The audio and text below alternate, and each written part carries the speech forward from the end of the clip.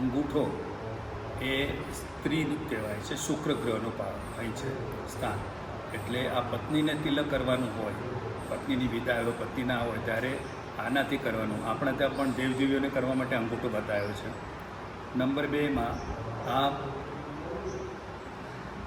પુખરાજ એટલે કે ગુરુગ્રહની ફિંગર છે. એટલે ગુરુગ્રહો જે હોય એ આની અંદર પહેરાય. અને તમારે ચોપડા લખવાના હોય, દિવાળીના ચોપડાઓ કે પછી માર્ચ એન્ડિંગના ચોપડાઓ, તો તમે આ ફિંગરથી, કંકુથી કે કેસરથી અથવા તો તમારે કોઈની પણ વસ્તુથી તમે લખતા હો, આલેખન કરતા હો, સ્વસ્તિક વગેરે, તો એ આ ફિંગરથી કરવું જોઈએ. નંબર 3માં આ શનિની ફિંગર છે. આ શનિની ફિંગર છે એટલે શનિ, કેતુ, રાહુ ત્રણેયની ફિંગર થઈ ગયા, પણ મુખ્યતયા શનિની છે. એટલે નોકરો ટકતા ન હોય, નોકરોનો પ્રોબ્લેમ હોય, અથવા ઘરની અંદર ઘાટણ એ ટકતી ન હોય, તો એના માટે પણ આ સારું. અને પત્ની માટે પણ ચાલે, પત્ની પણ એક વખત એ જ કેટેગરીમાં ગણી શકાય, એટલે એમાં પણ આ ચાલે. બરાબર. હવે તમે રિંગ ફિંગરની અંદર પેલી છોકરી હોય, તમે એન્ગેજમેન્ટમાં તમે રિંગ ફિંગરની અંદર પહેરાવો વીંટી, આ સૂર્યની ફિંગર છે. એટલે સૂર્યની ફિંગરમાં તમે વીંટી પહેરાવો એટલે પેલીનું મગજ ગરમ જ રહે ને, એને આમાં જ પહેરાવાય. પુરુષને આમાં પહેરાવાય, કારણ કે એ સૂર્ય છે, એ પતિ સ્થાને છે, એ બધા જ સર્વસ્વ સ્થાને એ છે પત્ની માટે. એટલે એ આની અંદર પહેરાવે એ વાત બરાબર છે, પણ આમાં પહેરાવે એ ખોટી પડે. હવે આ છે સૂર્યની ફિંગર. સૂર્યની ફિંગર માટે આપણે પરમાત્માની પૂજા, આ હાર્ટ છે, સૂર્ય એ હાર્ટનો કારક છે, અને એટલા જ માટે ભગવાનની પૂજા આપણે આ ફિંગરથી કરવાની છે, જેને આપણે અનામિકા કહીએ છીએ. હવે આની અંદર સૂર્યનું નંગ, આની અંદર ચંદ્રનું નંગ, આની અંદર મંગળનું નંગ, આ તમે પહેરાવી શકો છો. પણ શુક્ર ગ્રહ લોકો બહુ પહેરાવે છે આમાં, પણ ખરી રીતે રોંગ છે. શુક્ર ગ્રહ માટે તો આ ફિંગર પહેરાવી જોઈએ, શુક્ર માટે. હવે ઘણા લોકો ટચલી આંગળીની અંદર મોતી પહેરાવે છે, પહેરાવાનું વિધાન છે, આમાં પહેરાવવું જોઈએ. અને બેનને ને પોતાની બેનને જ્યારે રાખી બંધન વગેરે હોય ત્યારે ચાંદો વગેરે કરવાનો હોય, એ ટચલી આંગળીથી ચાંદો કરે. હા, ટચલી આંગળીથી કરવાનું વિધાન બતાવ્યું છે. અને આમે નાની નાની બાબતમાં ઝઘડા થતા હોય તો કિટ્ટા, તારી જોડે કિટ્ટા, આ રીતે થતું હોય, એટલે આ ફિંગર માટે પણ આ બતાવવામાં આવ્યું છે.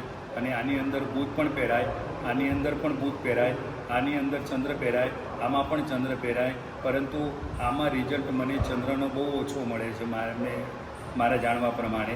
લોકોએ પહેર્યા પછી આમાં એટલો બધો રિઝલ્ટ નથી મળતો જે આમાં પહેર્યા પછી રિઝલ્ટ મળે, કારણ કે આ સૂર્યની ફિંગર છે, એનું મિત્ર છે ચંદ્ર. એટલે આમાં પહેરે ને તો બહુ સારું રિઝલ્ટ મળે. ચાંદીમાં પહેરવાનું હોય મોતી, એ આની અંદર પહેરાવાનું. એટલે આની અંદર જે છે આ ફિંગરમાં તમારે બહુ તો તમે કેતુ પહેરાવી શકો, બુધ પહેરાવી શકો. કન્ફ્યુઝનું કારણ બુધ છે, એ પહેરાવી શકાય. પણ એ જ વસ્તુ આમાં કેતુ આમાં પહેરાવવું જોઈએ, કેતુ, શનિ, રાહુ આમાં પહેરાવવું જોઈએ. આની અંદર ખાસ ન પહેરાવો તો સારું. બહુ તો કેતુ. વર્ષોનો એક્સપિરિયન્સ છે.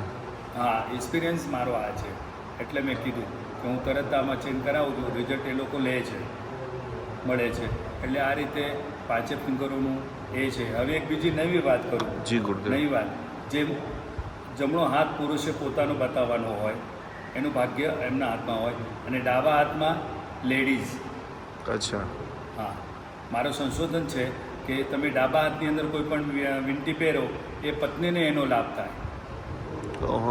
હા, તમારા હાથમાં પહેરી, જેમ કે પત્ની પહેરતી નથી, પત્ની માનતી નથી, પત્ની સાંભળે, પત્નીને પહેરાવવું નથી, તમારે પહેરવું છે, તો તમે આ ડાબા હાથની અંદર પહેરો એટલે એ પત્નીને લાભ કરતા થાય. એક નવું સંશોધન પણ થાય છે, ઇફેક્ટ થાય છે. ડાબો હાથ સ્ત્રીનો જોવાનો હોય તો પછી એનો પ્રભાવ આની અંદર દેખાય, તો એ ત્યાં કેમ નહીં? ત્યાં પણ એ રીતે પ્રભાવ મળે જ છે. એટલે ઘણા લોકો કે અમે આ આંગળીમાં પહેરી લો, મેં કીધું તારા પત્નીને ફાયદો થશે. વિરમગામનો સત્ય પ્રસંગનો મહિનો. વિરમગામનો સત્ય પ્રસંગ મેં તમને બતાવ્યો છે. 3 ભાઈઓનો. હા, 3 ભાઈઓ હતા, અને મારી પાસે શંકરેશ્વર મને મળવા આવ્યા. એક ભાઈ મુંબઈ રહે, 2 ભાઈ અહીંયા આવ્યા. અને બંને ભાઈઓએ કીધું કે મારા સાહેબ, જ્યારે આ ગુરુગ્રહની વીંટી પહેરું છું ને ત્યારે મમ્મી સિરિયસ થઈ જાય અને મમ્મીને હોસ્પિટલાઇઝ કરવું પડે. પણ પછી ખ્યાલ આવ્યો કે આપણે આ ગુરુ ખોટું પહેરીએ છીએ. ગુરુ કાઢી લીધો એટલે મમ્મી એકદમ રેડી થઈ જાય અને તરત જ ઘરની અંદર ઓકે થઈને રહે. આવી રીતે આનું શું કારણ છે?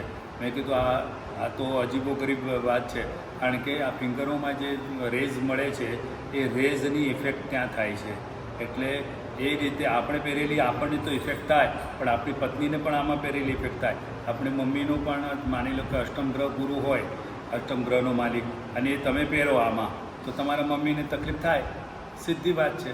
એટલે આની અંદર એવું થયું, મુંબઈમાં પહેલાં છોકરાએ પહેરી તો કે મેં હમણાં જ ગુરુની વીંટી પહેરી, એવું તો નથી બન્યું ને, આ કે એવું જ બન્યું, કાઢી નાખ, તરત કાઢી નાખી. પછી ફોન આવ્યો કલાકમાં કે મમ્મી તો એકદમ ઓલરેડી થઈ ગઈ, નો પ્રોબ્લેમ. તો આવી રીતે વિરમગામનો એક દરજીભાઈનો પણ કિસ્સો છે. એટલે કહેવાનો મતલબ તે છે કે પ્રેક્ટિકલી એની ઇફેક્ટ એના બોડી ઉપર પડે છે, અને એના મન ઉપર પડે, એના વર્તન ઉપર પડે, એના ઉપર પડે, બિઝનેસ ઉપર પડે, એના જીવન ઉપર એની ઇફેક્ટો પડે છે. હવે રક્ષાપોટલી પહેરવાનું જે છે એમાં પણ કલરવાઇઝ રક્ષાપોટલી, કલરવાઇઝ સ્ટોન, તમે રક્ષાપોટલીની જે કોઈ આંગળીમાં નથી પહેરતું તો તમે એની અંદર પહેરાવી દો. એ 2 મણકાના આજુબાજુ પેલો મણી કોઈ પણ રત્ન લઈને અને 2 બાજુમાં રાઉન્ડ કડી કરીને એમાં રક્ષાપોટલીની જેમ દોરી બાંધીને તમે પહેરી લો તો એની ઇફેક્ટ વધારે મળે, કારણ કે તમારી આંખની સામે એ નંગો હોય.